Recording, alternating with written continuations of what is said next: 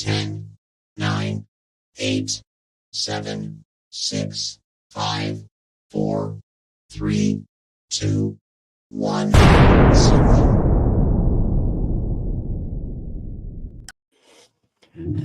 Hello, my friends, and happy Easter. Thank you so much for coming to join me on this Easter Sunday. Today is March something.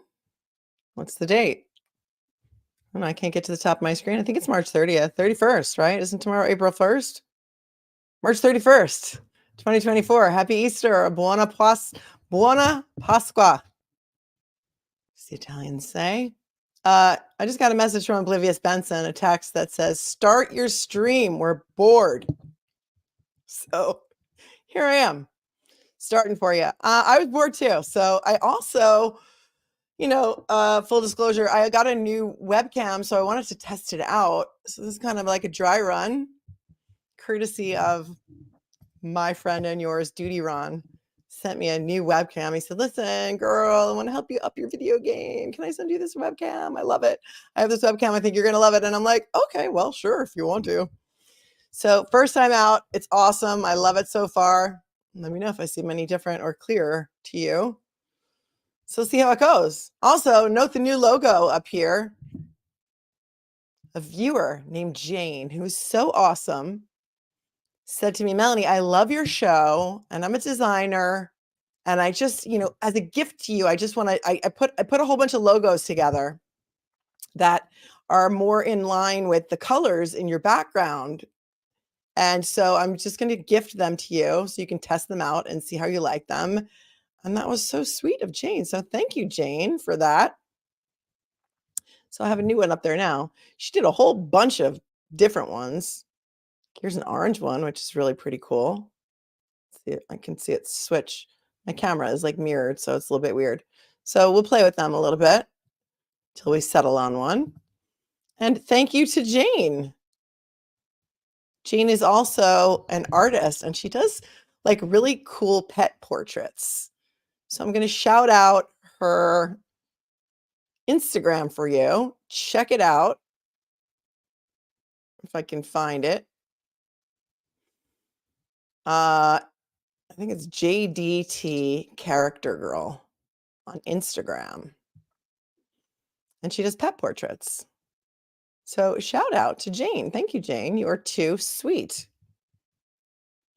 So I figured tonight we come on and, hang out, talk about what you guys want to talk about tonight. Because I really don't have anything planned, but I saw some stuff in the chat that said, let's talk about, first Scott said, oh, are you the Easter Bunny? I think it's like one of the first years that I did not make my kids Easter baskets. Am I the worst mother ever? They're just older now. They would just rather have money. Getting through all the grass and the candy and somebody said you were surprised. It's a surprise. I'm here. Surprise. I didn't plan it. I planned it 10 minutes ago. And then it took me a little longer to get set up than I thought. But I thought, I'm hanging out. You're hanging out. Let's test the new camera. Let's talk about what's happening. Somebody said, Day said, let's talk Tom Spota and James Burke. Is something new happening there? I don't know. I don't know anything new about Tom Spota and James Burke. Is that new? Is that new information? Talk to me. Talk to me. I want to talk a little bit about Police Officer Jonathan Diller, whose funeral was yesterday here on Long Island. He was, at his funeral, upgraded to, I believe, detective first class. You guys might know better than I do. I watched Duty Ron live stream the funeral yesterday, and it was so sad. So sad. He's a 31-year-old police officer, NYPD, who was killed in the line of duty last week. 31 years old, left a beautiful wife and a 1-year-old child. And he was merely telling somebody to move out of the bus lane and was shot dead by a career criminal with a long list of arrests. And his buddy sitting in the front seat was another career criminal. In fact, the shooter's last Last charge, I believe, was for an illegal gun. And this is a very, very sad case. President Trump went to the wake. He was invited by the family to come to the wake. Kathy Hochul, our governor, also showed up at the wake, and she was asked not to come, and she showed up anyway. So there was a little bit of little to do outside the funeral home here in Massapequa. So sad. His wife, Stephanie, got up and gave a eulogy, and I don't know how she did it. Did anybody watch that? First grade detective, is that what it was? Scott says first grade detective is the highest detective rank in the NYPD, substantial money raised than a police officer. Okay, good. So that means his wife will get that pension. I was crying. Duty Ron was crying. I mean, it was really, really, really sad and touching. And we've been talking on this channel, and I don't like to get political on my channel, but we've been talking, and I don't think you need to be on any political side to agree that the bail reform in New York is not working. And we've been talking about that a lot because we've got 4 people out with ankle monitors who were charged with felonies that are considered nonviolent because they threw body parts outside of an elementary school on Long Island. And in fact, one of the parts was found by a couple of high school girls walking to school. But because apparently these people were already not among the living when they were sectioned or cut up,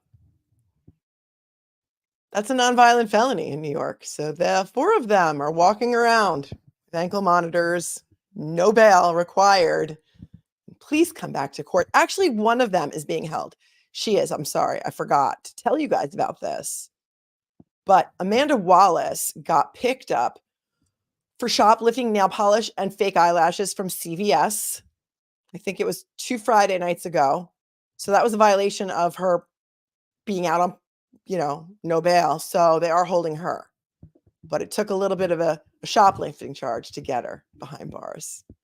So there's that. It's insane. Yes. Thank you, Elizabeth. 10,000 cops come out for another cop's funeral in Nassau County, New York. But the high-ranking Canton police officer who literally lives across the street from a dead cop on a lawn stays put. And this is what I was thinking about as I was watching this sea of blue lining the streets here for the funeral yesterday. Just broke my heart. Cheyenne, did they take their knives and saws away? No, and that's the craziest thing. I'm calling them the Amityville Butchers, these 4 that are out with no bail with their ankle monitors. And they found extensive blood evidence in their house and meat cleavers and butcher knives. You think they don't know how to get rid of an ankle monitor? Really?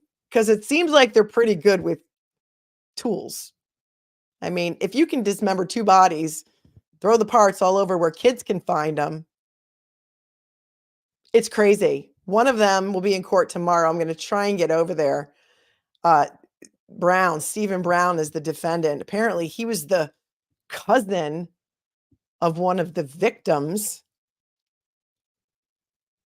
So it's whack. I don't know I feel like every day I wake up and I'm in the Twilight Zone and it's making me mad.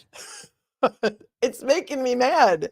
And Chad Daybell's trial's not the trial, but the jury selection starting tomorrow on Chad Daybell. So that's going to be a good trial if you guys are watching that. This whole P. Diddy thing is blowing up. And a lot of people think this P. Diddy raid or these raids of P. Diddy's houses were not to necessarily bring down P. Diddy, but to collect all of the evidence and sort of get it out of his hands for all of the people that may be on those videotapes. I don't know. There's a lot of chatter out there. A lot of chatter. And who knows? And did you hear about AT&T's big data breach? Did everyone hear about that? If you are an AT&T cellular subscriber, or have ever been an AT&T cellular subscriber? Can you put a 1 in the chat? I just want to see. I have Verizon, so I don't know. Like, how many people have AT&T? If you have, put a 1 if you've got AT&T or you had AT&T in the past as your cell phone carrier, because I want to take a look and see this. How many people are involved with AT&T and whether or not you know what happened yesterday with AT&T. Because don't worry, I'm going to tell you. Did you know that the odds of falling Tell you victim? that yet, but I do have a sponsor for tonight's show, but I want to tell you that. All right, so a lot of people have AT&T or did have AT&T. Well, do you remember like a couple of weeks ago when AT&T service like crapped out and nobody had service and nobody could make any calls or text messages, and then they gave everybody like a $5 credit on their bill because for the inconvenience of not having your cell phone service for like a day? It was like a couple of weeks ago, right? Does anybody remember that? Okay. Well, yesterday, people thought it was hackers. People thought it was some site, and they claimed that it was like a software update. No big whoop. Software update. Don't worry, don't worry, don't worry. Well, guess what, everyone? AT&T announced yesterday that 74 million AT&T customers had their social securities leaked onto the dark web. So there you go. Leaked onto the dark web. And I'm going to show you, mainstream media is even covering it. I don't know if you saw it on TV or not. But not only social security numbers, but also your names, your addresses, your dates of birth. And I don't know if they're trying to suppress this story, but AT&T, this is yesterday, reset, and this is the New York Times. So, take it for what it's worth, but TechCrunch was the first one to actually break this story. AT&T resets millions of passcodes after customer records are leaked. Nearly 8 million customers, current customers, and 65.4 million former account holders were affected by the data breach, the company said.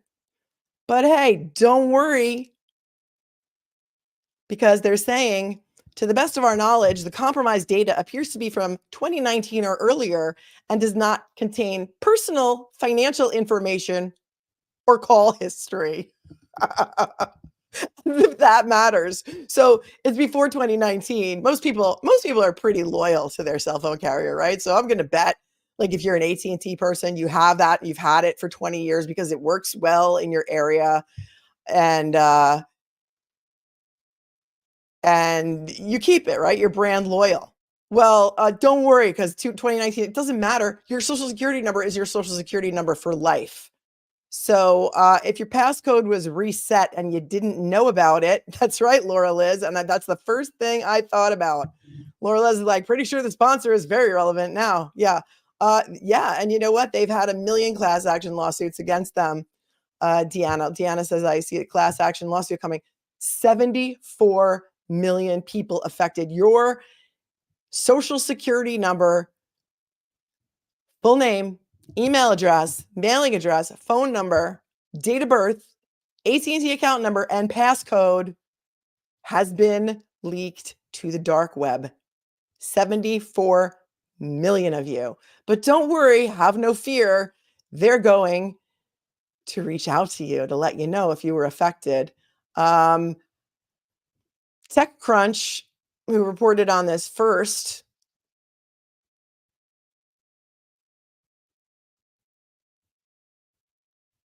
said that AT&T said yesterday, AT&T has launched a robust investigation supported by internal and external cybersecurity experts. Based on our preliminary analysis, the data set appears to be from 2019 or earlier, impacting approximately 7.6 million current AT&T customers and approximately 65.4 million former account holders. AT&T does not have evidence of unauthorized access to its systems, resulting in exfiltration of the data set. TechCrunch even says in its own article, and I'm quoting, TechCrunch held the publication of this story until AT&T could begin resetting customer account passcodes.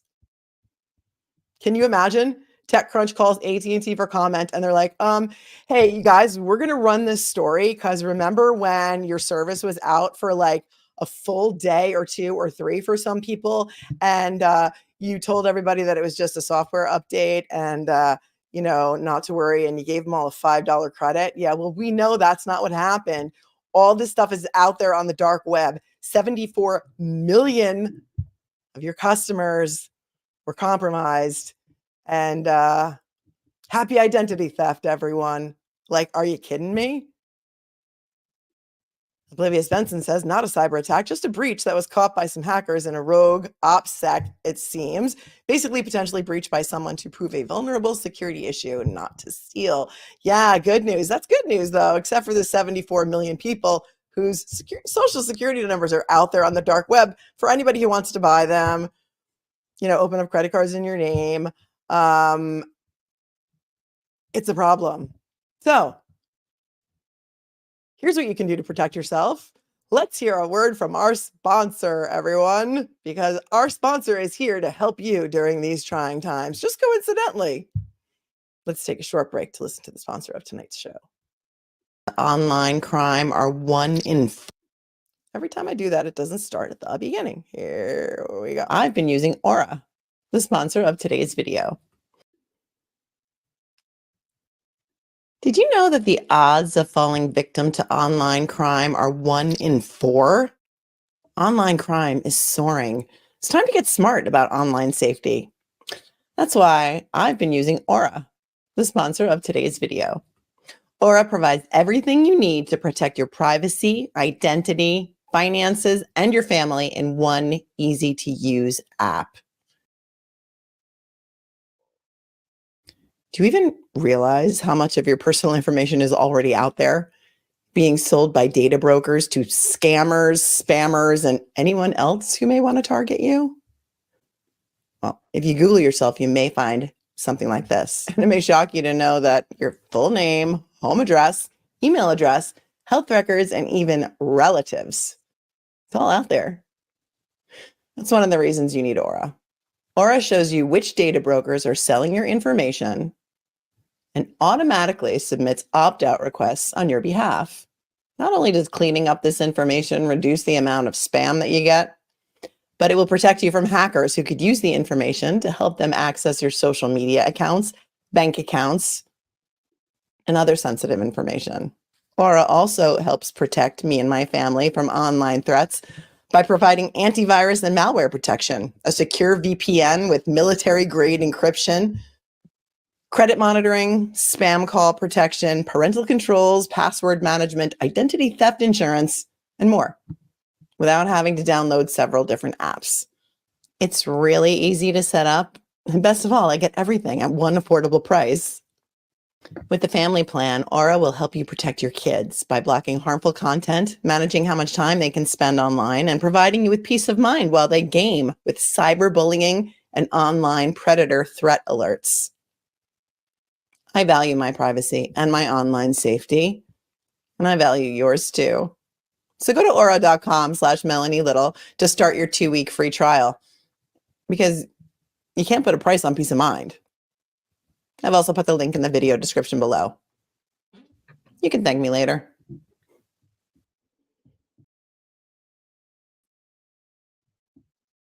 You can thank me later. So funny. When I saw that story pop up on my newsfeed, that's the first thing I thought of. Thank goodness that I have Aura protecting me from all of those thieves on the dark web. And you can too. If you use my special link, you have to use the special link. You'll get a 14-day free trial, and check it out. The link is right under the video description. So I use it, and I'm vouching. I'm vouching for it right now. So here we go, my friends. Okay, Lisa, thank you. Thank you. So after my last live stream, our friend Lisa, whose comment I just highlighted, wrote me a long email about her sister. And I had said something like, what a long, strange trip it's been on the show. and she wrote me a long email about her sister. And it was so cool. I'm not going to read the whole email to you, but she said, that really resonated with me because my sister was a really cool chick. And she actually was a nudist. She lived in a nudist colony. And I thought this was like the coolest story. She was a total hippie chick. And sadly, she died way too early and way too young. She's like, and I just wanted to show you this picture because when you said what a long, strange trip it's been, I wanted to show this to you. And so I want to show this to you because I thought this was really cool.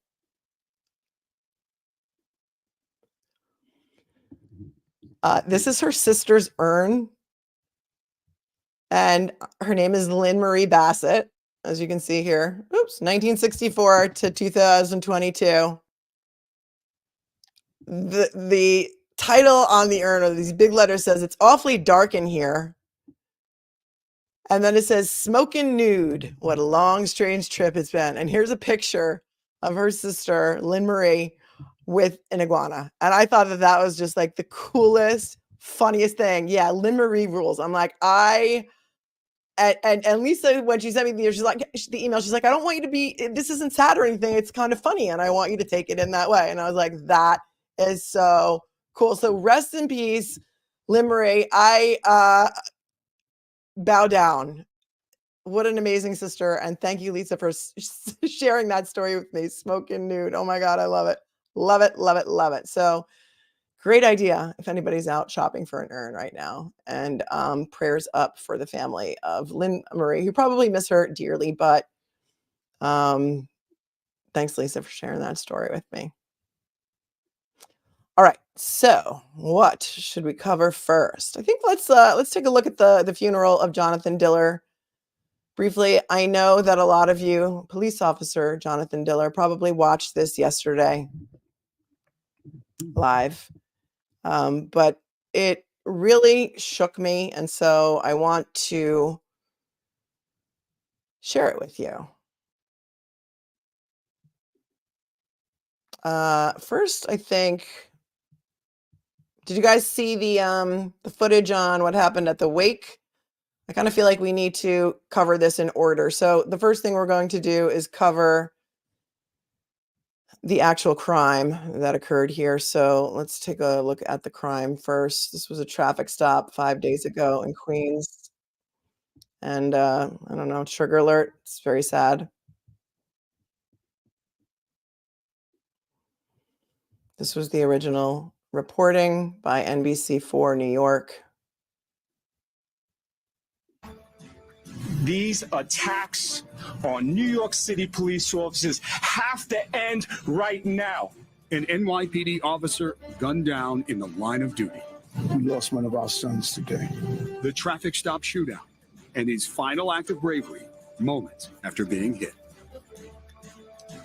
That is our top story at 11 on a grim night in our city. I'm David Ushery. I'm Natalie Pascarella. Just within the last 2 hours, we learned that sadly the officer has died after taking a bullet to the torso during a traffic stop in Queens.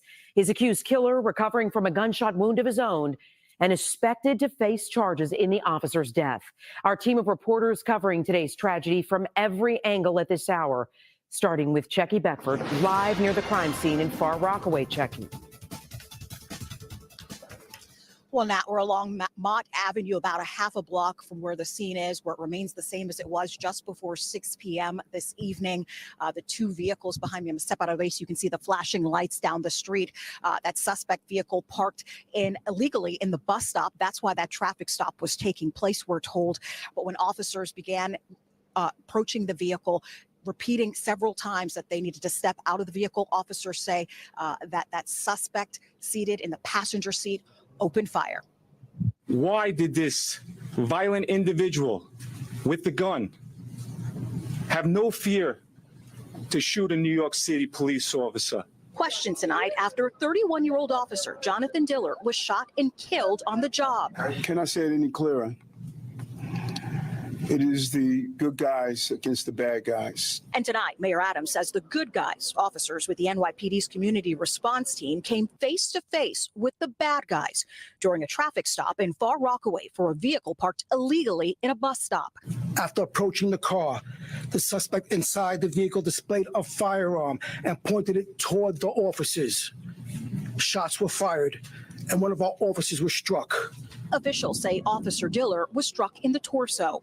The officer's partner opened fire, striking the shooter in the back. Then I heard pop. Then I heard it again.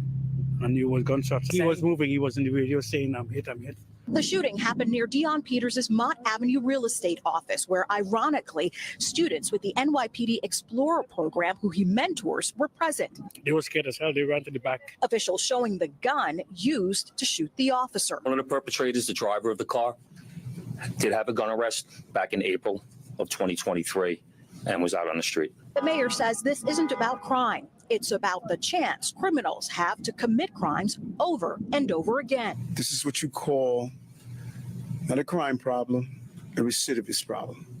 Same bad people doing bad things to good people. Less than a year, he's back on the streets with another gun. And officials say even after being shot, Officer Diller struggled with the suspect to keep a hold of his gun after it had fallen to the ground. Now, this happened right in front of Councilwoman Selvina Brooks Powers' office. No one inside was hit. Again, no one else was injured in any of this, except for, of course, that officer who was tragically killed. And then the suspect, a 34-year-old suspect who was wounded and is being treated tonight. His condition is unknown. The driver, also in police custody tonight, unclear what charges he faces. We're live in Far Rockaway. Checky Beckford, News 4, New York. Checky, thank you. So that was I believe that was Wednesday, you guys, right? Was that Wednesday? Heartbreaking. In my opinion, those two guys should have never been on the street at all. They should not have been out there. Here's what happened. Here's what happened at the wake, and I'm going to show this to you. It's a couple minutes long, but I think it's worth watching because some people are trying to make this a political event, namely the people who may be responsible for bail reform in the first place. And let me know what you think. Brand new video shows New York Governor Kathy Hochul getting an earful as she was leaving the wake for murdered NYPD Officer Jonathan Diller, this over in Massapequa. A source tells me this happened moments after Hochul refused to abide by the family's wishes. They would do an open casket viewing, and she did not want to wait on the outside. So she came in while they were closing the casket. As she stormed in, they just couldn't stop her. I'm told that family members let her have it when she got there, saying, quote, "His blood is on your hands." When Hochul got outside, that's... Yeah, so the family members had asked her not to come, and then they confronted her and were yelling at her. And Scott, you said something about it wasn't just the fact that she showed up, but because of who was guarding her. And you said something about, was this her guard, like one of Cuomo's guys, and they were told not to come and they showed up anyway? Who does that? Who does that? It's not your place to be there, especially when the family has specifically asked you not to come. That's when another family member confronted her, telling her that the governor laws need to change because that's the reason why Officer Diller is dead tonight. Hochul wasn't the only one approached at the wake. Mayor Eric Adams and DA Alvin Bragg were both confronted directly, this time by Officer Diller's wife. The source tells me she let them have it too, telling them the same thing that was told to Hochul. His blood is on your hands. I understand that Bragg kept quiet, and for a second it looked like Adams was going to engage. He realized he was heavily outnumbered and a politician, thought better of it, and left. The most shocking... Adams was going to engage? Really? Wow. Part about all this is that despite the fact that none of these leaders were welcomed at the wake, I have now learned tonight from a... Wait, listen to this, because it gets better. ...source that Kathy Hochul, the governor, asked to speak at tomorrow's funeral at St. Rose. So did, hold on to something tight, AG Letitia James. Both were rejected by the family. Joining us now, a fellow Long Islander, Lee Zeldin, former New York congressman who came within just a few points of being the next governor of this state. Lee, you had a chance to digest that moments ago. Your thoughts first about the request to speak from Letitia James and Governor Hochul.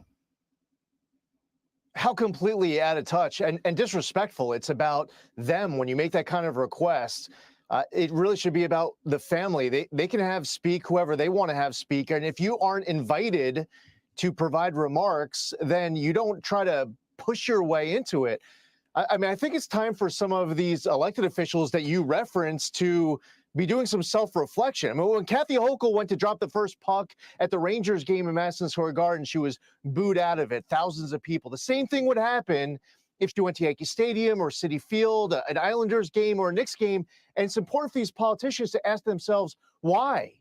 The reason why they're getting this type of response is because, take Kathy Hochul, it's maybe because she won't fire Alvin Bragg, the Manhattan DA who refuses to enforce the law. They just enacted a new congestion pricing, making it more expensive to drive into the city when New Yorkers are struggling to make ends meet. Kathy Hochul. Yeah, $15. $15 for congestion pricing. If you want to drive in Manhattan, certain parts of Manhattan, certain times of day, it's going to cost you an extra $15 because it already costs enough to get through the bridges and tunnels just to get on the island of Manhattan. Yeah, there's a couple of freeways to get on, but they take longer. But hey, stick it to everybody. Refuses to give judges discretion to weigh dangerousness when setting bail. New Yorkers are hitting their breaking point and about to flee. And the people who are in charge, these elected officials, aren't actually making life in New York any better. So now you confront that problem with the raw emotion of a family who just lost their loved one. And the last thing in the world that they want are any of these Democratic politicians to try to grandstand selflessly for their own good. And the reason why you almost won, Lee, there's many reasons, but it was because of crime. And she was late to the party to suddenly act tough on crime. Now they're trying to walk back some of their bail reforms, and the left-wing legislatures in Albany, and it's very similar to other states around the country, they don't want to hear of it. They say tough penalties don't deter crime. What are you, idiot? You idiots? If these people commit a crime and go to jail, they can't commit another. I don't care about their rehab. Here's what President Trump said to me yesterday about what it was like inside the Massapequa funeral home.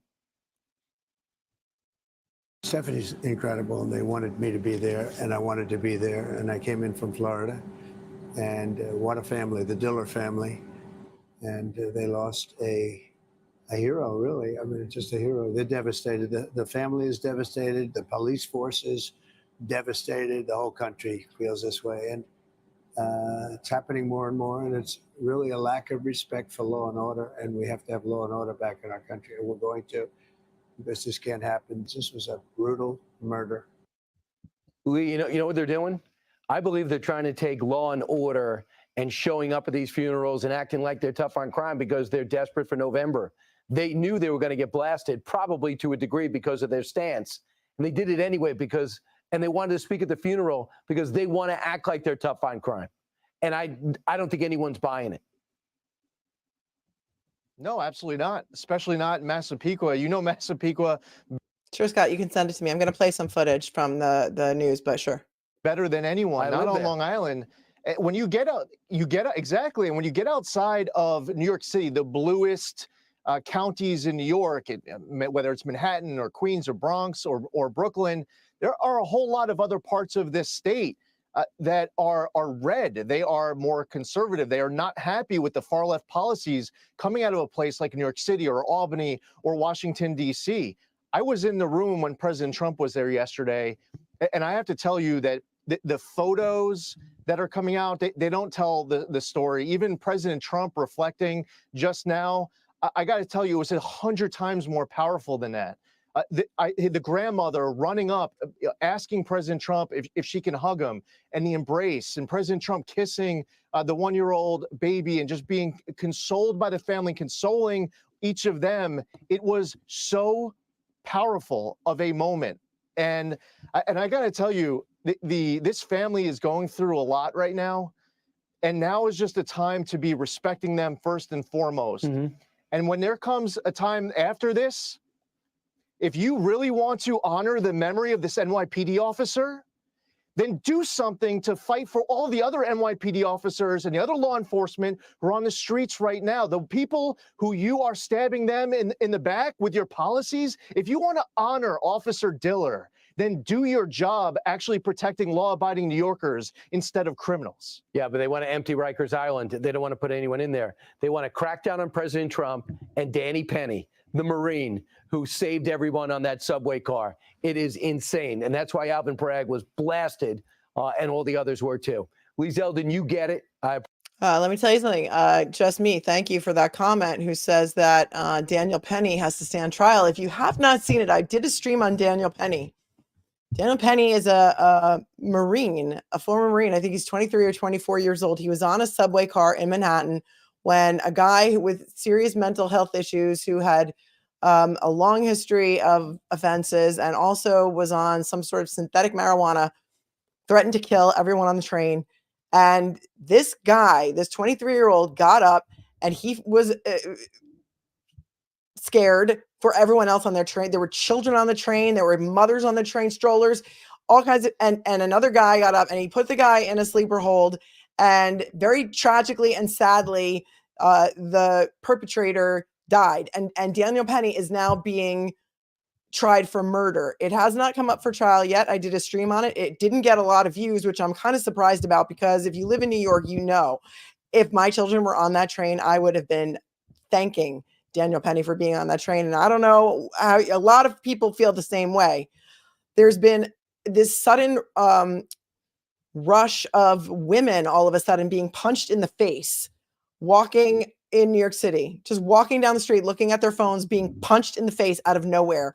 And this has happened a number of times lately. It's been in the news, you know, sort of briefly. It's not a huge story, but Bethany Frankel, I think she was like one of the housewives or something, came out and said it happened to her too. And she was embarrassed to talk about it. So there's a lot of problems happening in New York City. This is just one of them. Let's take a look at the outside of the funeral, because the outpouring. And also it was reported that on Thursday, the Tunnels to Tower Foundation paid off the family's mortgage. So that is another great organization that does a lot of things for our men and women in blue, and also the FDNY.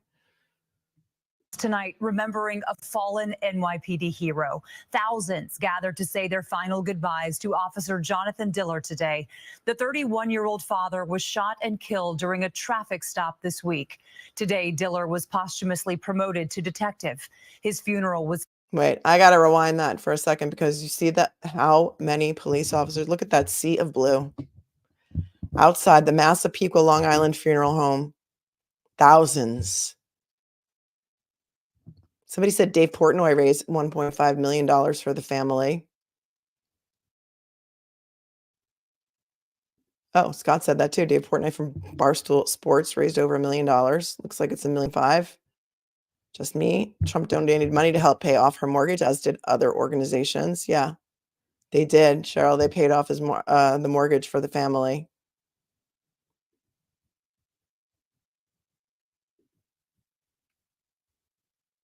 This week. Today, Diller was posthumously promoted to detective. His funeral was held at St. Rose of Lima Church in Massapequa. Bagpipes played as his casket was carried into the church, with his family right behind him. And as CBS 2's Naveen Dhaliwal reports, his heartbroken widow found the courage to speak. It's his wife and his 1-year-old right in the middle. It's not a fly on your screen. That's my cursor. The bagpipes get me every time. Anybody else? Bagpipes just make me want to cry. Debbie Carroll was there in church. You got in? I can't even imagine. It's not a very big church.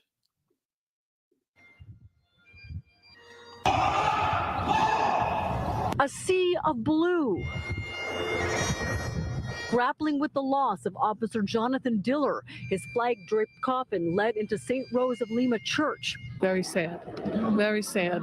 A tremendous show of support from law enforcement agencies across the tri-state. Sadness and sorrow overtook the sunshine as his widow, Stephanie, held their 1-year-old son, Ryan, closely during a moving eulogy, her heartbreak raw. With every hug that I've received, I just picture each one is from Jonathan. Finding the strength, she told us about the man she fell in love with and married over 4 years ago. He could always make me laugh, and that was one of the things I love most about him. Calling him her best friend, closest confidant, the man whose family always came first. He was a fierce protector of everyone around him. He spoke his mind and wasn't afraid. And as fierce as he was, his heart would melt for his son. He was so proud of Ryan. Every time he did something new, it was like an explosion of joy from both of us. Officer Diller had been with the NYPD for 3 years, a job he loved, and he came from a family of first responders. We told him to go out there and make this city a better place to live, to work, and to raise a family. And that's exactly what he did. Until Monday, the 31-year-old was another to die in the line of duty. Even with the acknowledgement that he was shot, he fought and took the gun out of the hand of the person who would take his life. His widow recounting the words of Officer Rivera's widow 2 years ago when she spoke at her husband's funeral, advocating for more protection for police officers. Dominique Rivera stood in front of all the elected officials present today pleading for change. That change never came, and now my son will grow up without his father. I will grow old without my husband. During the service, NYPD Commissioner Caban promoted Officer Diller to detective and vowed to his family that the NYPD will stand behind them for life. In Massapequa Park, Naveen Dhaliwal, CBS 2 News. And the memory of Detective Diller shines bright in Times Square, where a billboard lit up in his honor today. It says, "Rest in peace, end of watch, March 25th. Oh, wow. I did not see that. I did not know about the billboard. Hang on. Lit up in his honor today. It says, "Rest in peace, end of watch, March 25th, with a photo of Diller and an American flag. The NYPD. Wow. Look at that shot of Times Square. For those of you who are not from New York, you may recognize this exact place because this is where they put the ball drop on New Year's Eve every year. It's where the ball drops from the top of here.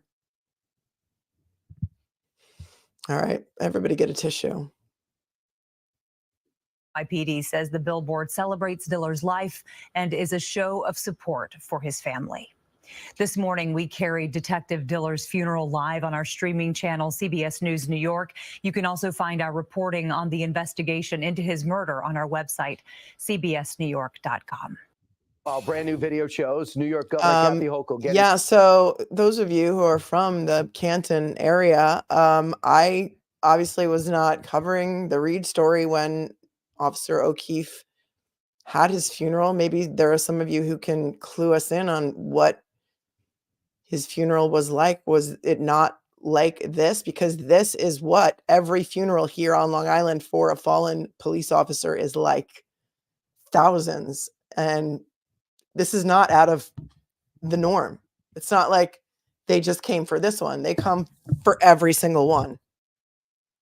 I just want to show there's another little clip here from, this is channel 11. And then we'll move on to our next topic.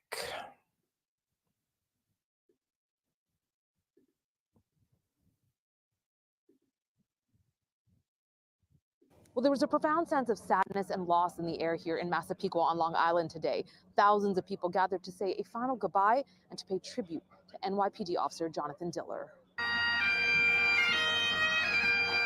A sea of blue filled the front of St. Rose of Lima Roman Catholic Church Saturday. Thousands of people there to honor a hero who made the ultimate sacrifice for his community, NYPD Officer Jonathan Diller. Jonathan taught me that true love has no limit. My husband died a hero, but he also lived as one. Our world will never be the same. Inside the church, a tearful goodbye. Diller leaves behind his parents, siblings, wife, and baby boy Ryan.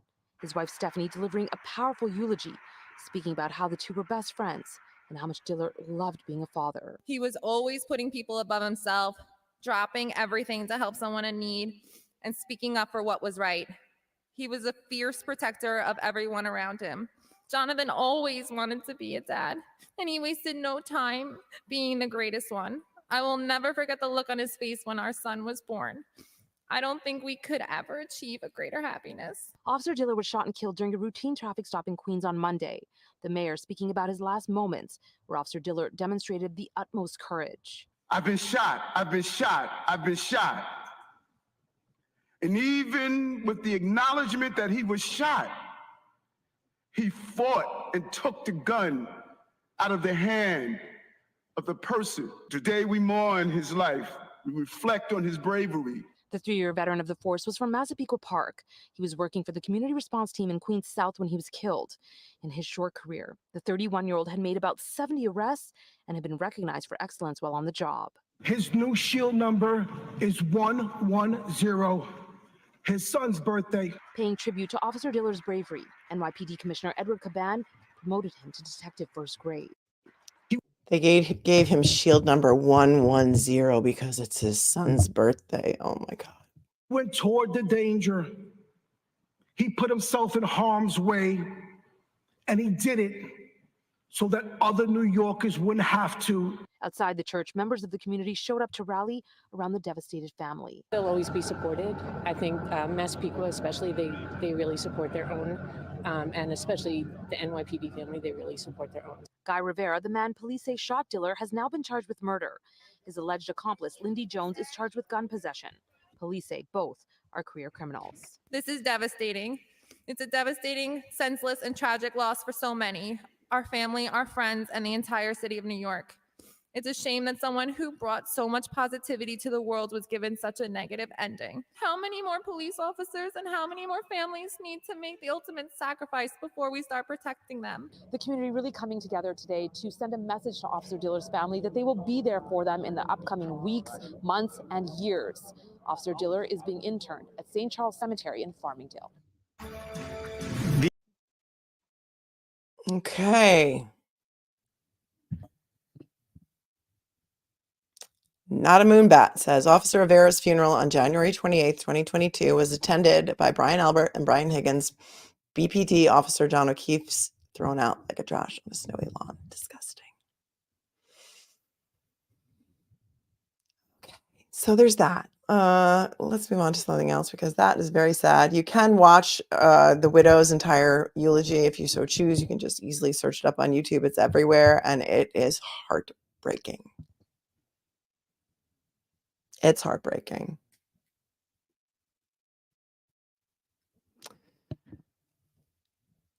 So what else do you guys want to talk about tonight? You want to do a little primer on Chad Daybell? Do you want to talk about anything about Karen Reed? We're going to be in court on Thursday. I'll be with you for that buffer zone motion. I'll live stream it for you. Amber, hello. Thanks for being a member for 5 months. Happy Easter. I'm so glad that you made it. We're so glad you made it too. What are your thoughts on this buffer zone motion, you guys? You think it's going to be granted? The 500 feet around the courthouse motion? Nobody can wear a t-shirt that says Free Karen Reed or a button that says Justice for JJ? What are the odds on the buffer zone? I don't know. Could she agree to do it and just make it a lesser buffer zone? I definitely think she will grant a ban on t-shirts and buttons in the courtroom because we've seen that done before in other cases in other states. Nosy Rosie says it's BS. It is BS. It is BS. It is say goodbye to your free speech in Massachusetts. It's really a reach. It's really an overreach. CLW says it'll be granted. I don't have, Sherry, I have not been following Delphi as closely as I have other cases, so I can't opine on that right now, but I do, there's so much to catch up on with that it would just take so much of my time. Oh, look at this. Somebody said, Mindy said there's an attorney filing a motion on behalf of the people. That's interesting. Is that what you're talking about, Scott? You raised $6,000 for a lawyer, so we'll see what happens. Brittany says they're getting out of hand now with the buffer zone. Yeah. Oh, we don't curse on this channel. Sorry. Sorry, Brittany. I wouldn't have highlighted that if I saw it, but we try and keep it classy because we have a lot of, viewers that like to listen to me without headphones when their kids are in the room or with the 95-year-old moms who like to watch true crime and Karen Reed coverage.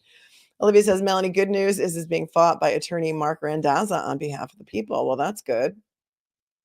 Olivia, we should just do a whole show like looking at your Twitter feed, really, is what we should do. Accomplished creative. Why aren't the feds arresting others and stopping this trial? Olivia, was it you who had a theory on Twitter? And I'm calling it Twitter forever. I know the name has changed. It's called X now, blah, blah, blah. Once the jury is picked on the Karen Reed case, that is when jeopardy attaches. Follow me? So if the case is dismissed after jeopardy attaches, Karen Reed can't be tried again for the same crime.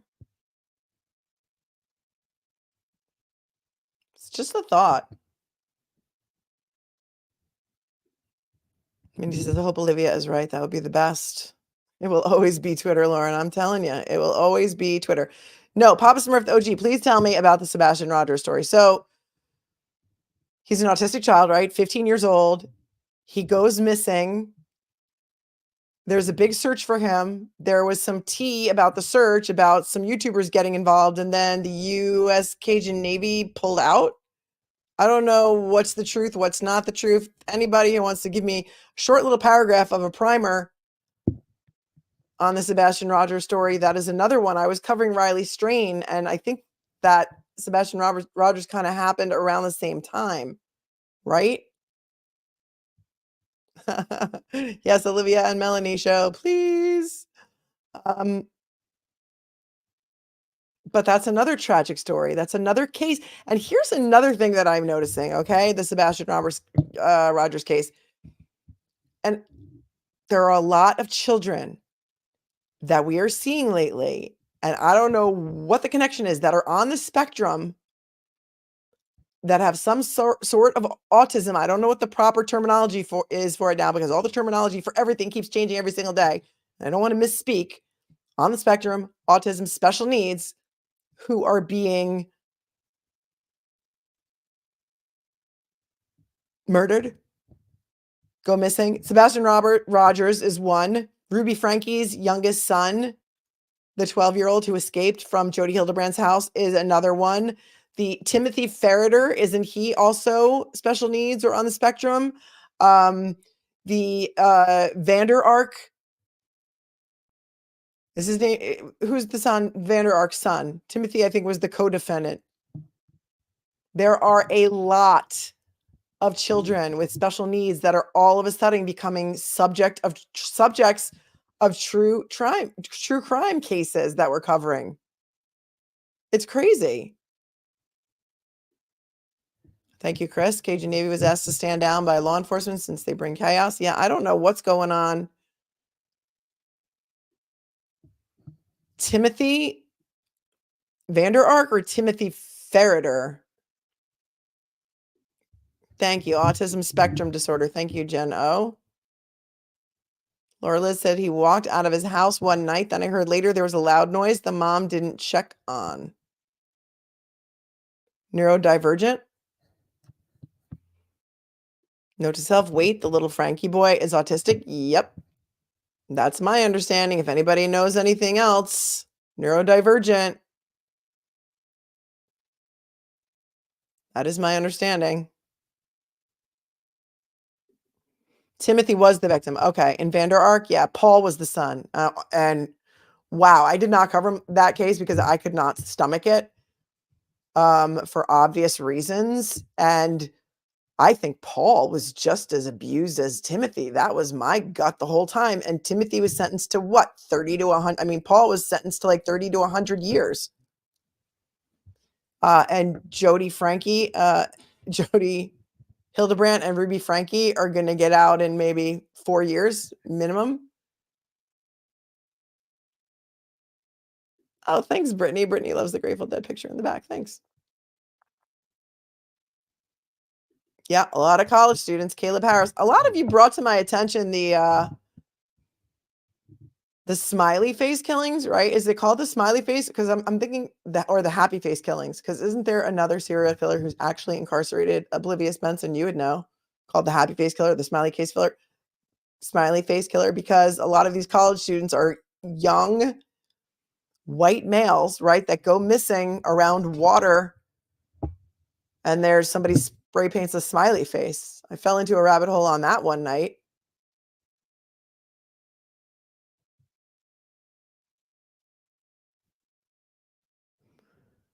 Other people say, I don't think Cajun Navy brings chaos. They seem very helpful and respectful. I don't know. I saw some tea in the like YouTube world about it, and I did not have a chance to dig deeper into it. But who was the ferreter, the boy in the box?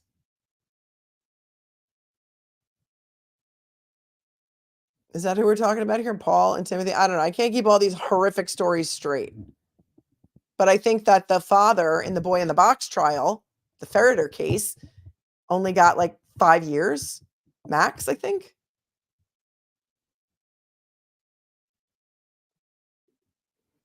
Wendy says, Melanie, if you deep dive, Paul had issues before this. I thought he was abused too at first, but he's a whole other level of disturbed. Yeah, but how did he get that way, Wendy? How did he get that way?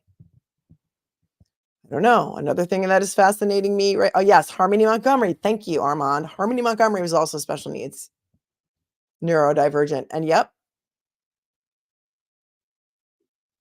the Madeline Soto case, Kimberly. I don't know that Madeline Soto has any special needs, but I will tell you this. I've been watching a lot of coverage. It's a lot of men that are covering this on YouTube.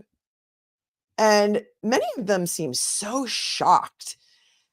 This is so shocking. All of imagine what she went through for all these years. And they go on and on and on every single day about it. There's no new information, but every single day, it's as if they're just like shocked that this could happen. And I hate to break it to them that this happens every single day. I don't know if the statistics have changed. It used to be 1 in 4. Maybe now it's 1 in 5. Children will be SA'd during their lifetime. This kind of stuff happens every single day. And these guys who are covering it on YouTube are just like, can you believe it? All this. And then they go on and on and on about all the horrible things that happened to her. And they're so shocked by it. And it is shocking and it is horrifying. And there needs to be a light shined on this because it is horrifying and it happens every single day. Madeline Soto was special needs as well. Wow. So here on Long Island recently, there was a volleyball coach. I don't know if anybody knows about this story. At an all-girls Catholic school, high school. And he was arrested for forcibly having sex with a 15-year-old girl. And he was arrested. And apparently, all the girls on the team knew about it. And he was let out.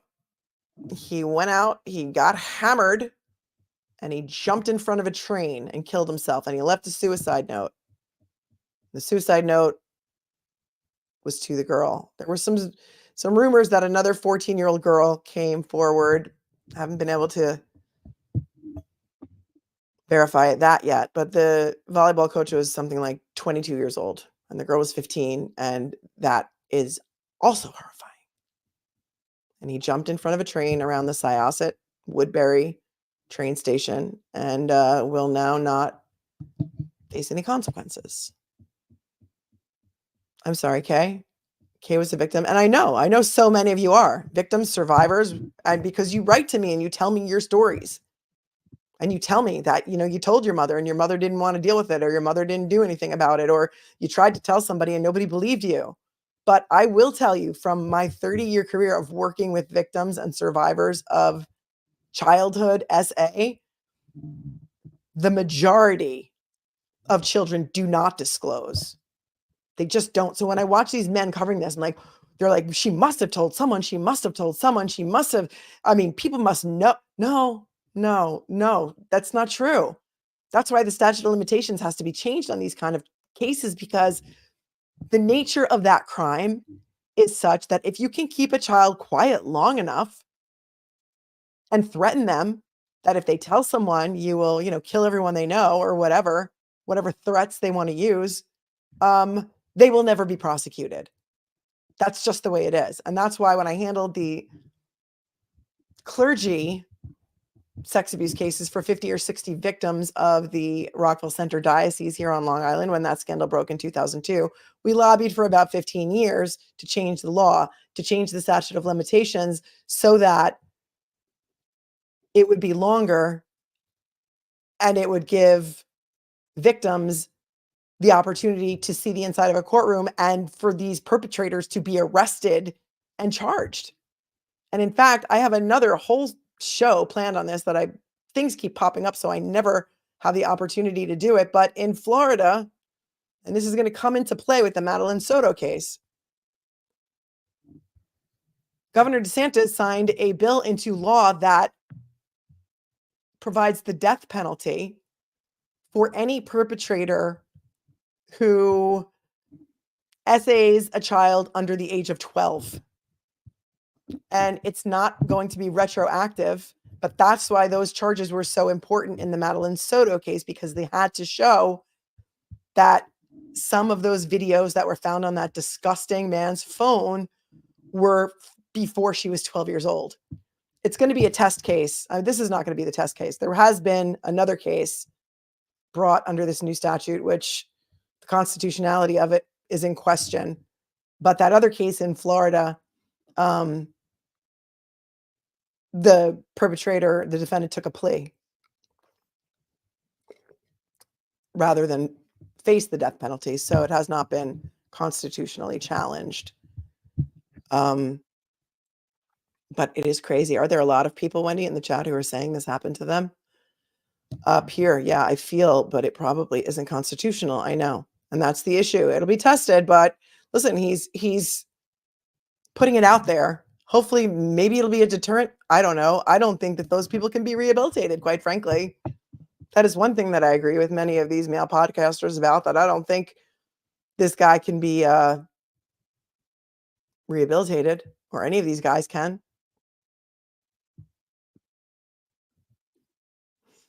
Laura Liz says that's a fantastic law. Sherry says, God bless the children. My heart breaks for them. And now, Jack 0606, didn't tell my mother until I was 30. Didn't want him near my kids. See? Elena Gonzalez says grooming. Yeah, agree. Mystique, I didn't tell until my 30s. Am I right? Kirsten, never disclosed.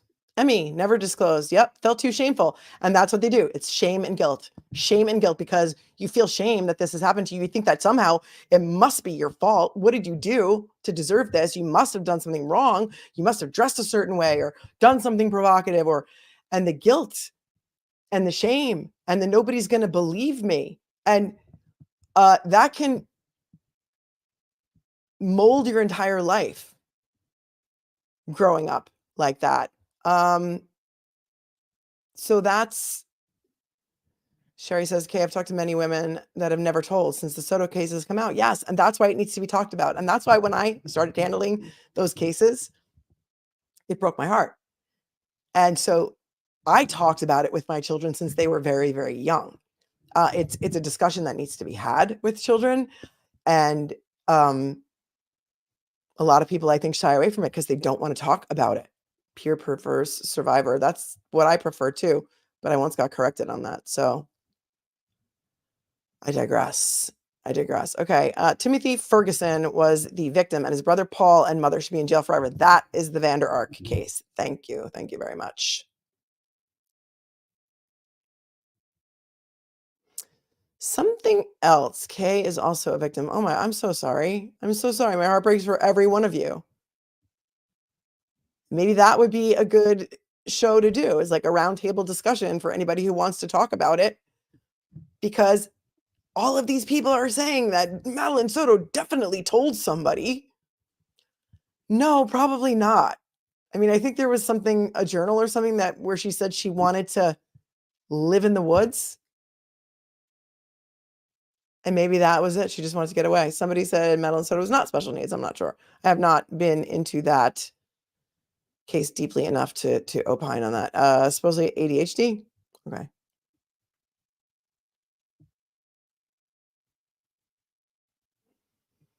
So he said she was autistic, but the mom said ADHD.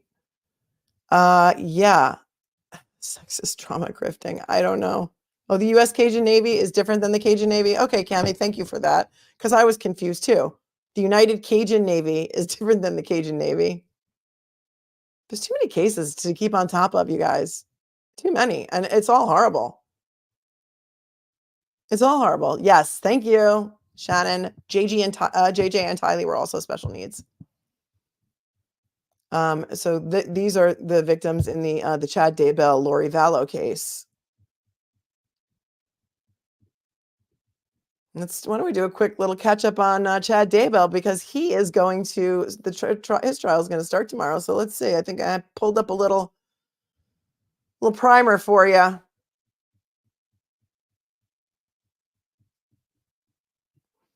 Quick little catch up for those of you who are not caught up on this Chad Daybell trial, because this is going to be really interesting, because word on the street is that Lori Vallow might come in and testify.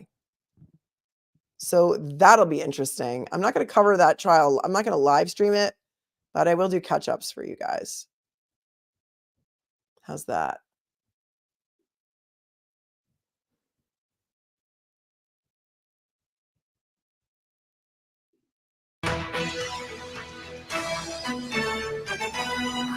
This is like a basic overview of the case. For those of you who are not familiar with it, you might want to get familiar. So let's just watch it together.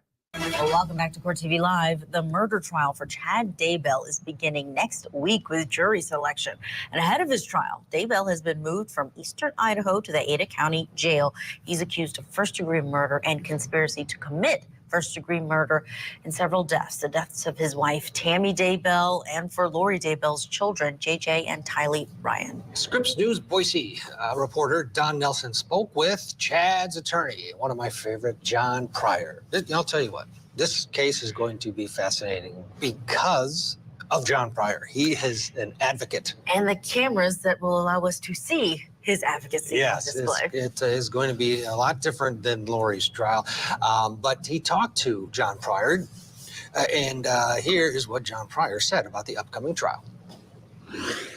Attorney John Pryor has been working on the Chad Daybell case for almost 4 years. And you might wonder how Pryor was thrust into the national spotlight. All I can say is that he reached out to me, and that's how it started. And at this point, we're ready to go forward, and he wants to tell his story. That story will start next week with jury selection in a trial that's expected to last anywhere from 8 to 10 weeks. And if you think Pryor has assembled a team to take on this high-profile case, think again.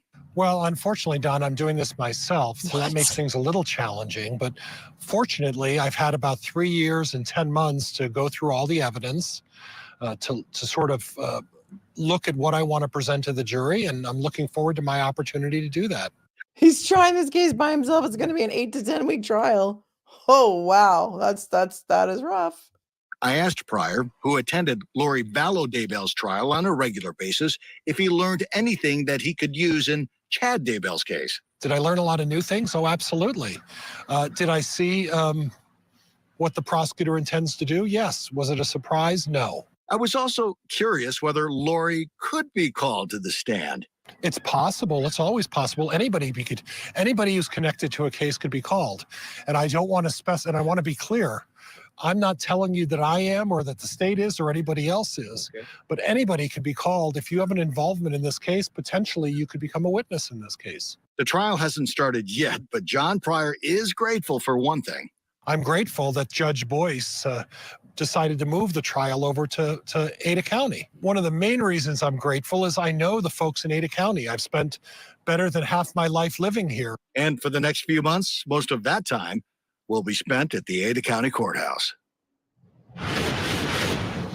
Chad's wife, Lori Vallow Daybell, of course, is currently serving a life sentence for these murders. She went through this same courthouse, found guilty. Later this year, she'll be on trial in Arizona for the murder of her fourth husband, Charles Vallow. Now, Court TV's Julie Grant spoke with Lori's brother, Adam Cox, on opening statements this morning about these trials and how they're impacting their family. Take a listen. It's been it's unbelievable what happened. Like, it's something that you just never think would ever happen to your family. And then it happens, and you see people on TV talk about this all the time. I just never thought that would happen to my family. And I just never even came close to thinking anything like this would happen. So it's really hard to figure out how to process it. How it's been 4 years, and I'm still trying to process it and try to heal from it, make sense of it. And so it's definitely a difficult life experience. I'm sure With Lori, obviously Lori was a different person, but this wasn't an overnight thing. We talk about this in one of my podcasts that, it wasn't just one day she snapped. I think this was maybe 2 or 3 years of her going down a path. And then when she met Chad, it's like putting gas on the fire. But as far as delusional goes, I remember being at her house, and we have family gatherings at her and Charles's house all the time. And, she had been going down this path of, talking about the end of the world and things like that. So when we were talking in the kitchen, she had mentioned that she's transitioning into a translated being, immortal being, that she didn't have to eat anymore. And if somebody shot her with a gun, the bullet wouldn't affect her. So when she was saying stuff like that, I just looked at her and I said, well, Lori, that's not true. And she said, you think I'm crazy, don't you? And I was like, I don't know if you're crazy or not. I just know that what you're telling me is not true. And that literally was the last conversation we had. Insight there from brother of Lori Vallow Daybell. Let's bring back in criminal defense attorney, former district attorney Matthew Mangino. He's usually he's in Pittsburgh, likely there today as well. Your thoughts looking now towards Chad's trial?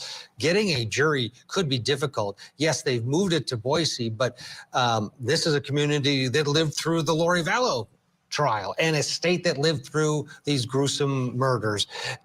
How difficult do you think it's going to be? And what are you looking for if you're John Pryor during jury selection? Well, as the defense attorney, you're looking to see if you can get a pool of jurors who say they can be fair and impartial. It doesn't matter whether or not these jurors have heard about the case or they've read about the case or they know about Lori's trial.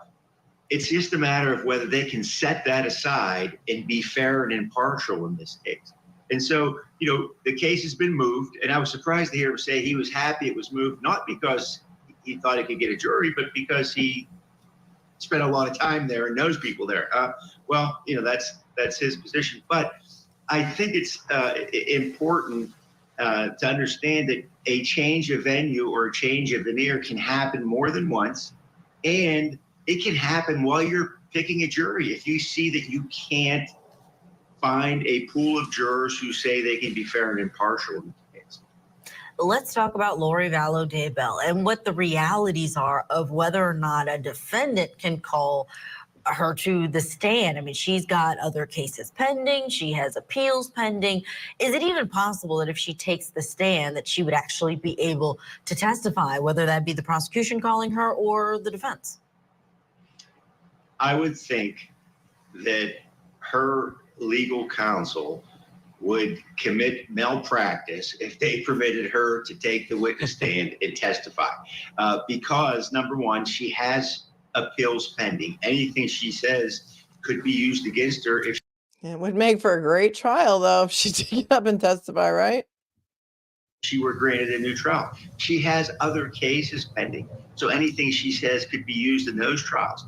I mean, if she were called either by the prosecution or the defense, I would expect her to answer every single question with, I am not going to answer on the grounds that it may incriminate.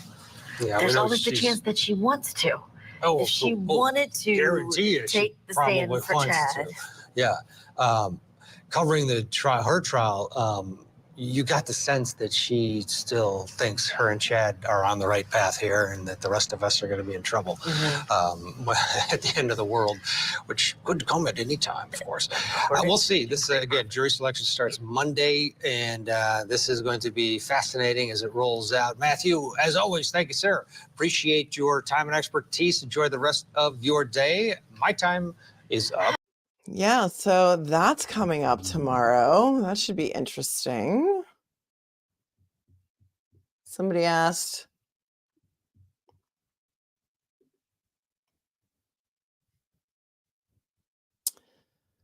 when is Olivia going to come on your show? Olivia, you can come on my show anytime you want. As you know, I never schedule because of my schedule is crazy. So my schedules are usually crazy, and so are hers. And when are you doing a show with Brandy Churchwell? Wouldn't that be fun to do Olivia and Brandy Churchwell together with me? I think that would be really fun. That'd be like Girls Power Hour. Maybe I'll look for that. Maybe I'll try for that. Will I stream Karen Reed's trial? Let's see what happens. Let's see if it goes on April 16th. I would love to watch it with you. And really, it's only 3 full days and 2 half days a week. I could probably work that into my schedule. So yeah, stay tuned for that. This is going back to the childhood essay. WW Equestrian Center says, my mother allowed her boyfriends to essay me and my sister. We were 3 and 5 at the time for free rent. My sister suffered mental illness as a result. I confronted our mother. I'm 54 and my mom is still in denial. My heart breaks for you. My heart breaks for you. And I send you all the hugs, millions of hugs. And you're not the only one, because Bodine 62, I didn't tell my oldest child.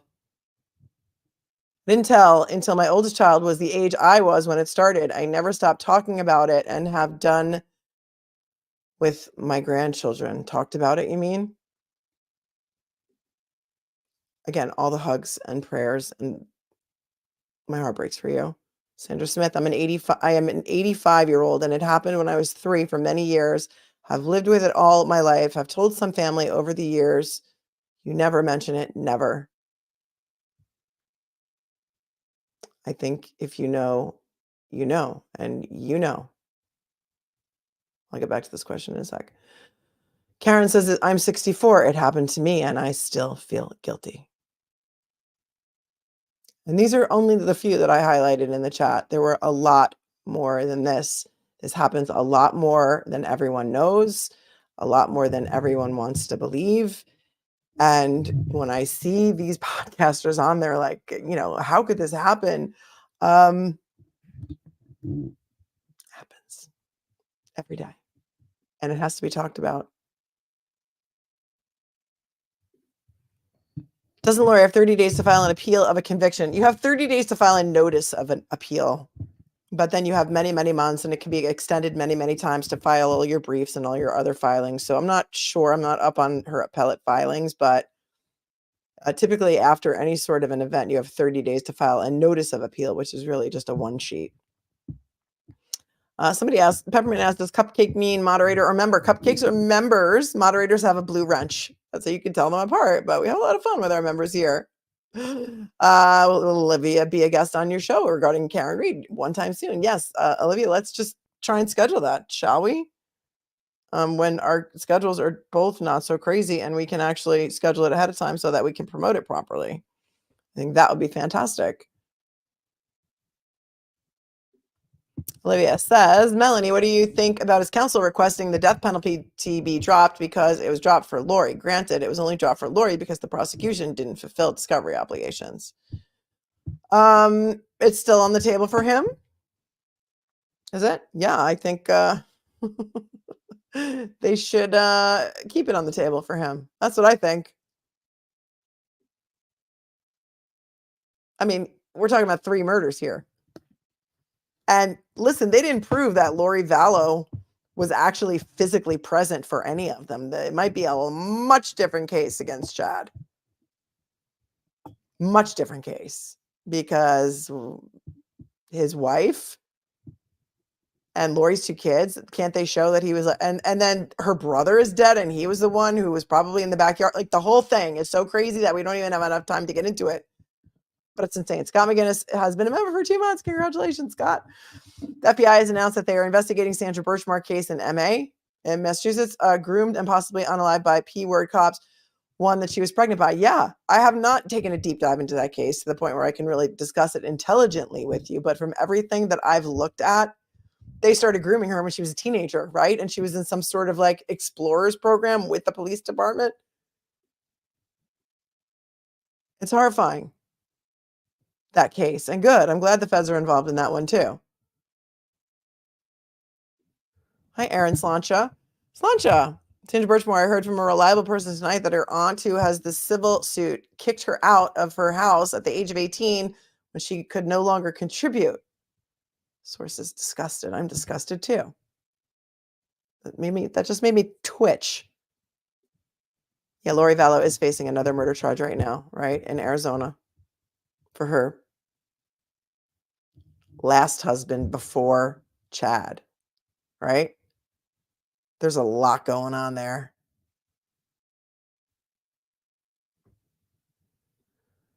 Thank you, Elena Gonzalez. Sending my blessing to everyone and family. I love your show, Mel. Happy Easter. Happy Easter to all of you as well.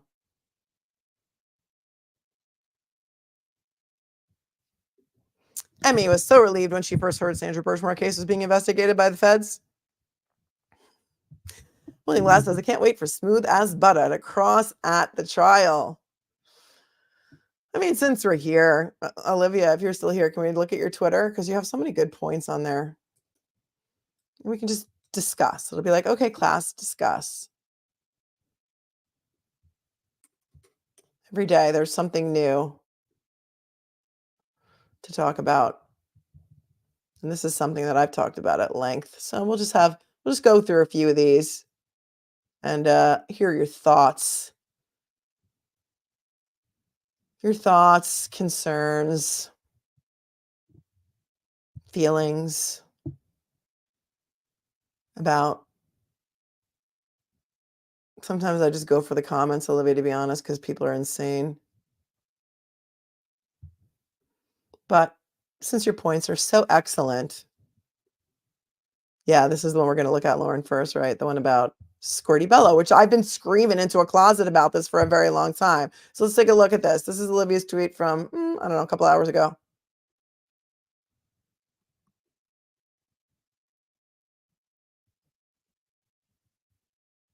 Let's, we'll full screen it, or just at least make it a little bit bigger so we can go like this and give Olivia, go follow her on Twitter at Olivia Lambo. Why did the medical examiner, Irene Squirty Bello, go out of her way to state that Officer John O'Keefe's injuries were not caused by a fight? Do medical examiners usually include that in their autopsies for victims of motor vehicle homicides? Seems like an odd thing to do or to include, no? I've been saying this for a long time too. We've talked about this together.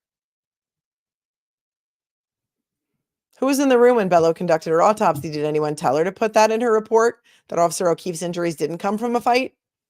That is not standard for an autopsy to include what injuries did not come from, particularly when the source of the injury is so vastly unrelated to that being mentioned, i.e. injuries from a motor vehicle homicide versus from a fight. Doesn't this just scream guilty knowledge to you? Quote, we know he was in a fight, so tell the ME to put he wasn't in a fight just in case. End quote. It's kind of like how several of the witnesses went out of their way at the state grand jury to emphasize that Colin Albert was not in the house when Officer O'Keefe arrived. Why would you go out of your way to emphasize who was not inside the house at 34 Fairview if Officer O'Keefe allegedly never went inside the house? There were a whole lot of other people who were not inside the house either, yet Colin is the only one multiple witnesses made a point of mentioning. Why is that? Guilty knowledge? It's also kind of like how the witnesses all say Officer O'Keefe did not come inside of the house that he literally went to go inside of.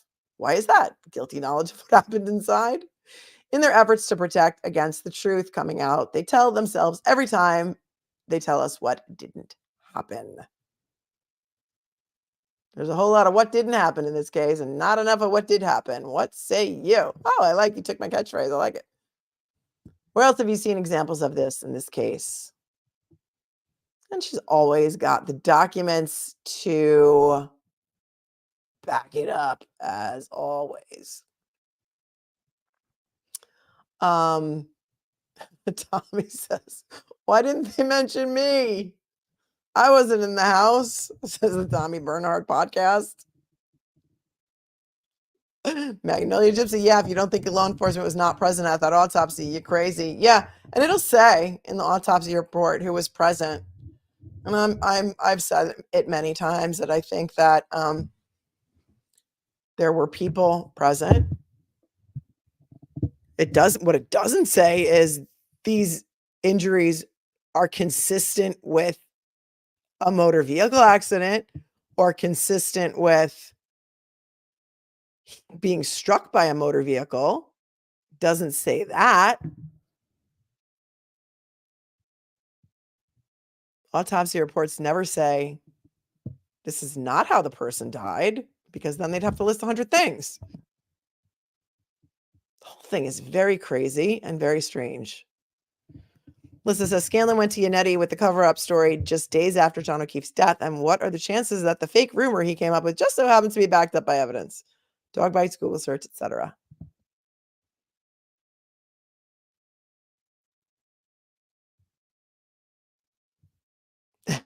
Just joined in, and I could have sworn you were talking about Karen Reed.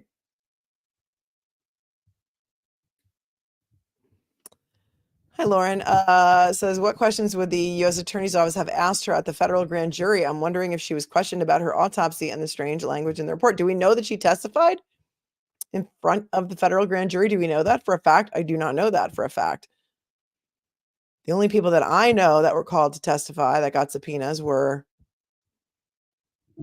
Proctor, Buchanan, Jen and Matt McCabe, I think Brian and Nicole Albert. But I don't know. Does anybody know whether the medical examiner was subpoenaed to testify in front of the federal grand jury? James Lynch, wait till Jackson gets the Emmy on the stand. Oh, that's going to be fun. I mean, I can't wait. The cross-examination in this case alone is going to be fire.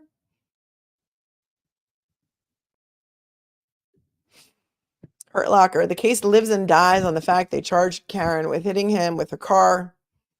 Well, he wasn't, so why is the prosecution going forward with the case? Because these are facts that a jury is going to have to decide at this point, I think. Every avenue has been explored by the defense to throw out this case, to accuse the judge, to disqualify the district attorney, to dismiss the indictments for a fugazi state grand jury proceeding. None of it's worked. Like I said, once the jury is picked, jeopardy attaches. So if it's dismissed after jeopardy attaches, she can't even be indicted again on those charges.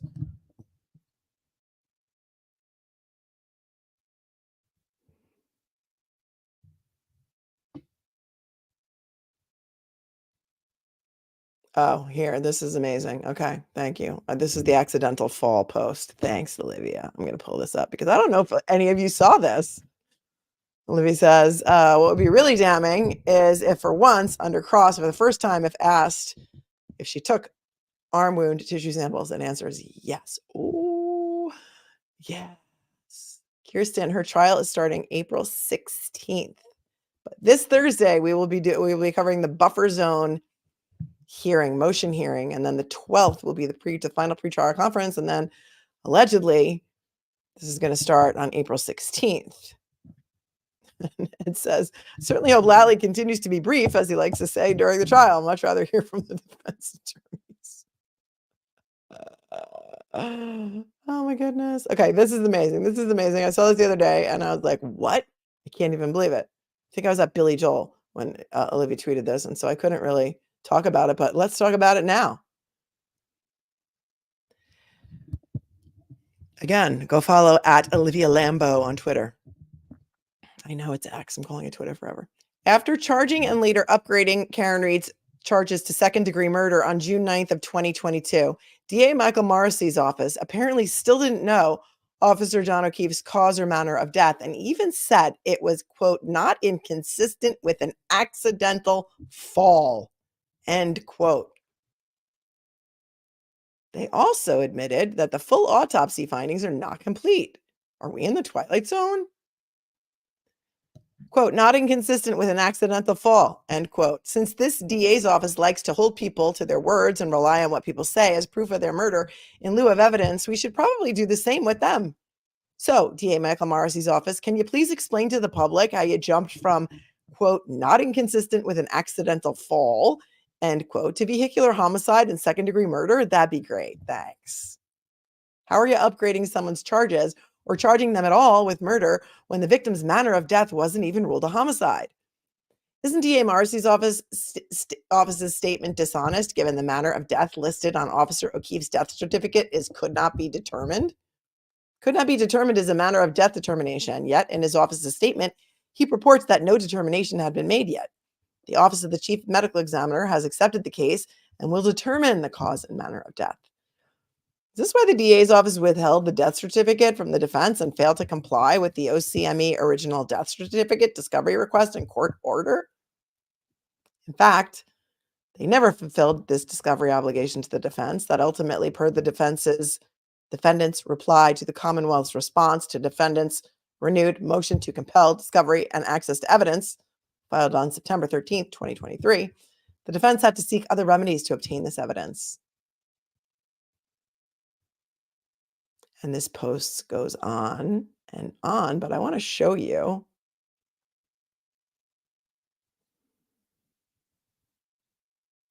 these quotes.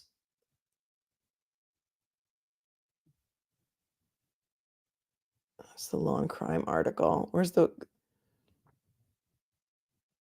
Here.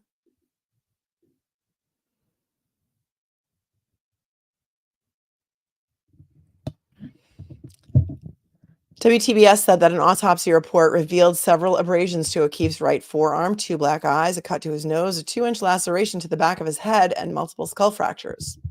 The DA's office suggested that while those injuries are apparently known, the full autopsy findings are not complete.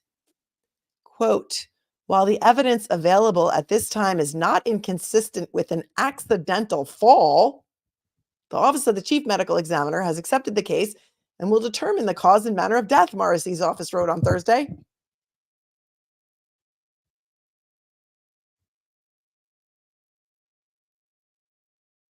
This is right in June of 2022. It says Reed was rearrested at her home around 5 p.m. on Thursday. This is right after her rearrest when the charges were upgraded, right? Not inconsistent with an accidental fall. What do you make of that? My friends, this is the first time you're seeing this because it's the first time I'm seeing it.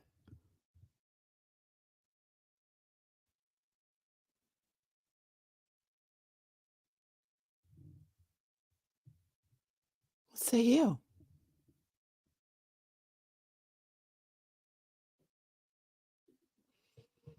Okay, Peppermint. Let's say Officer O'Keefe exited Karen's car, was intoxicated, walked to the back of the car, bent to tie his shoe, and she hit him. Would injuries be consistent with this scenario? I don't think so, because there would still be injuries to his torso and his legs. Especially if, as they're claiming, those lacerations to his right forearm were caused by the undercarriage of the car. There would have to be injuries to his torso and his legs. It's just, an accident reconstructionist can reconstruct that for you better than I can. And one with 3 PhDs actually did.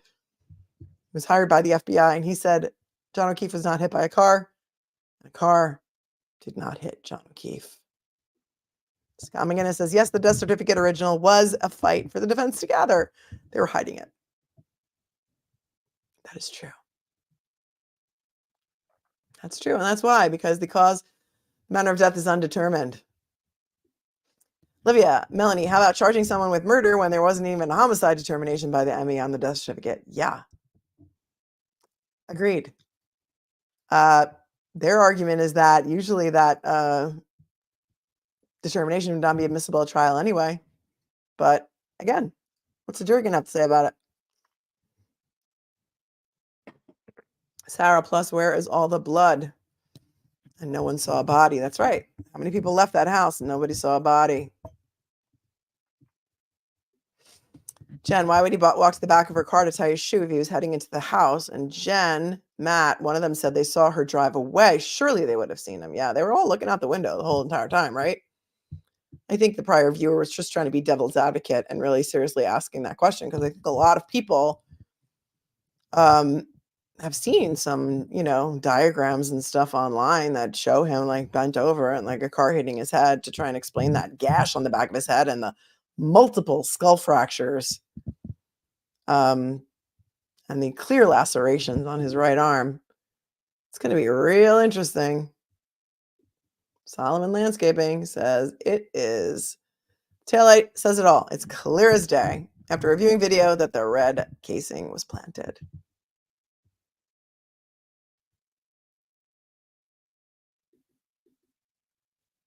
Sarah says plow driver didn't see his body either, but saw a Ford Edge. Yeah, I did read that People Magazine article. Did you see that, Lisa?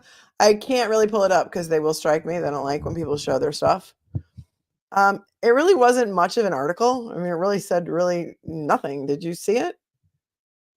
I mean, it wasn't much. It's everything that we know, not a whole lot more.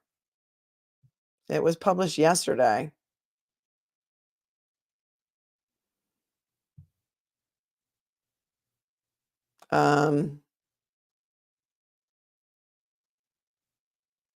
You can just Google People Magazine Karen Reed article and you can find it.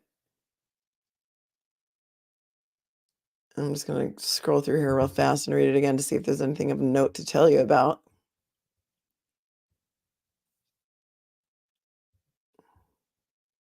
Talks about things that Yannetti said.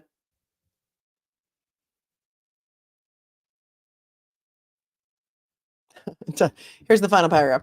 Despite the defense's alternative theory gaining traction online, resulting in dozens of protesters holding Free Karen Reed signs outside of Norfolk's Superior Court during Reed's hearings, the prosecution has stuck to their version of events.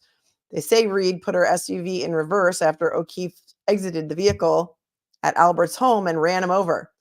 Then prosecutors allege when she drunkenly returned home, she called O'Keefe dozens of times and left hateful voicemails, Boston Magazine reported.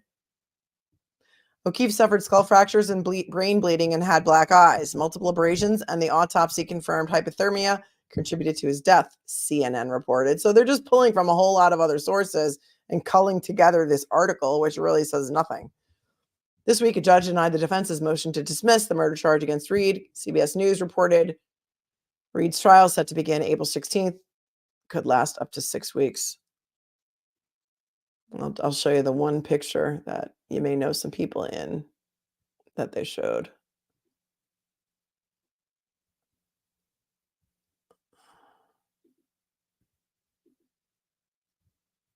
Come on. Let's see. Some of you might be famous for being in People Magazine and you don't even know it yet until I'm going to show this to you.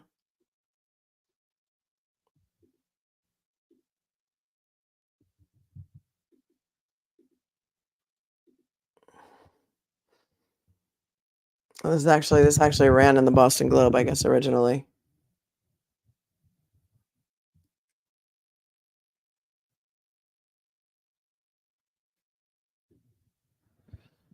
Shannon says if she had hit him with her car, more evidence than just taillight would be there. Think of how much people touched their car. He would have left handprint, face print, clothing, skin, more than one hair. Yep.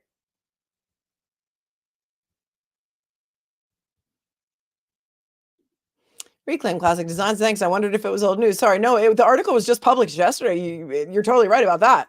It's just they didn't really add anything to it. It's like they're talking to people who had never heard anything about this case ever. But I mean, for those of us that have been following it so closely, it's nothing new as far as we're concerned, really, is what I mean.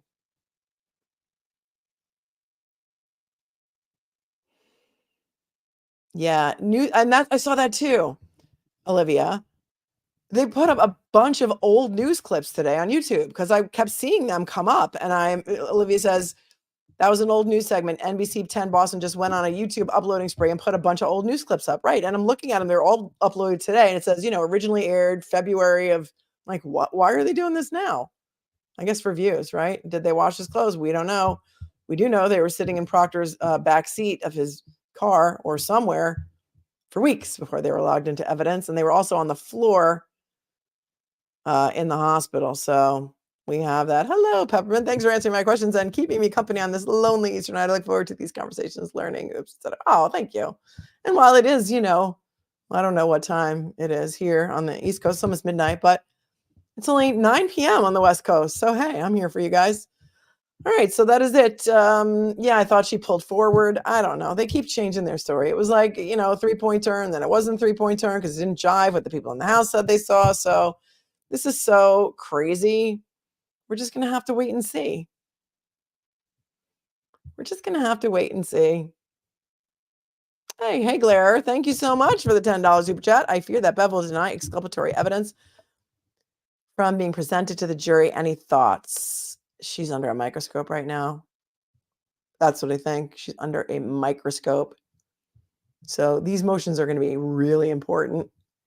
And, I feel that maybe some of the, like the Aruba stuff, like, is she going to let that in? Like the Higgins text messages, like this alleged kid, like all of that stuff is more prejudicial than probative in my mind, in my sane legal mind. But it's like anything goes in this case, almost anything goes.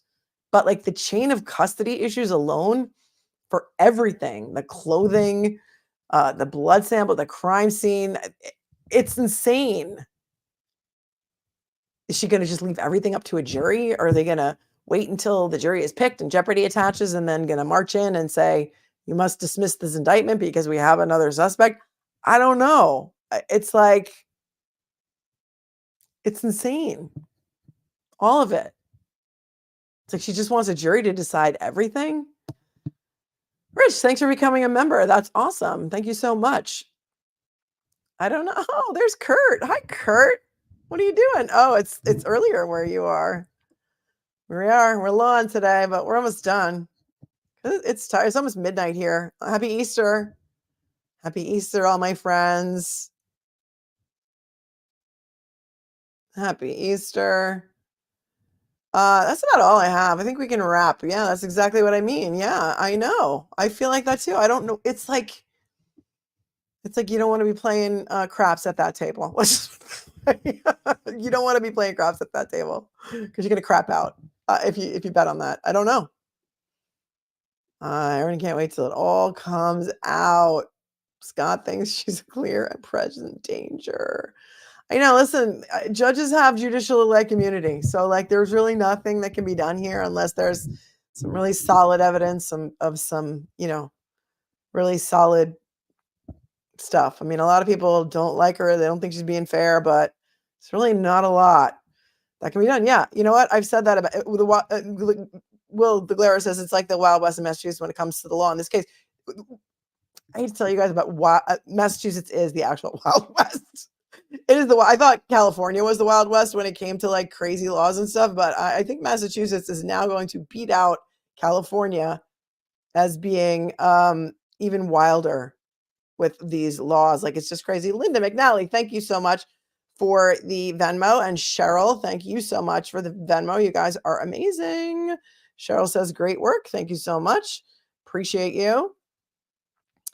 And Linda says, you're amazing. Thank you. No, you guys are amazing. You guys are amazing because you care, because you listen, and because Karen Reed could be any one of us, right? Just like Madeline Soto could be anyone's daughter. And from the stories that you have all told me tonight and in private emails and in comments on my show, I know that so many of you were Madeline Soto when you were children, and it breaks my heart. It just breaks my heart. Can she really exclude any of the federal evidence? It's going to have to be inadmissible form in the state case. So The answer is, it depends. Federal grand jury testimony will likely not be admitted. It depends.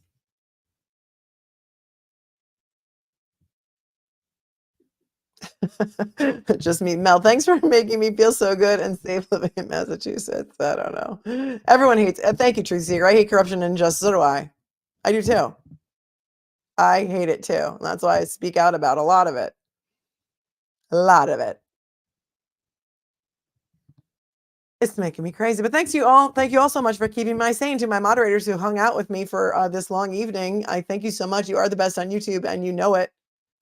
To everyone who is a channel member, thank you so much for being a member. Everyone, please hit the like button while you're here. It just helps the little algorithm. This was a totally unscheduled surprise Easter evening live for anyone who's home and lonely and bored and just needed someone to talk to, because I'm here. I'm here to talk to you. Prayers up for the family of posthumously honored Detective Jonathan Diller from Massapequa, Long Island, who was tragically gunned down by two career criminals who should, in my opinion, should not even have been on the street when he went over and told them to move their car from a bus lane in New York City last week. And we watched part of his funeral and the eulogy, and it is heartbreaking. So my prayers go out to the family, his widow, Stephanie, their 1-year-old child, and my heart breaks for them. And we need to do something about this, because it shouldn't be happening. It just shouldn't be happening. We back the blue 100%. And I find it so odd that people think that people who are, trying to find justice for John O'Keefe don't back the blue, because John O'Keefe is also a brother in blue. So, buona Pascha. Happy Easter. Love you guys. Remember to like, share, hit the button, do the things, subscribe, hit the bell, all that stuff that YouTube likes to help the algorithm. And remember, be cool, be kind, be classy. It is not hard. It is really, it is so not hard. I know you can do it. And you do it. Thanks for coming to visit me. I'll see you soon.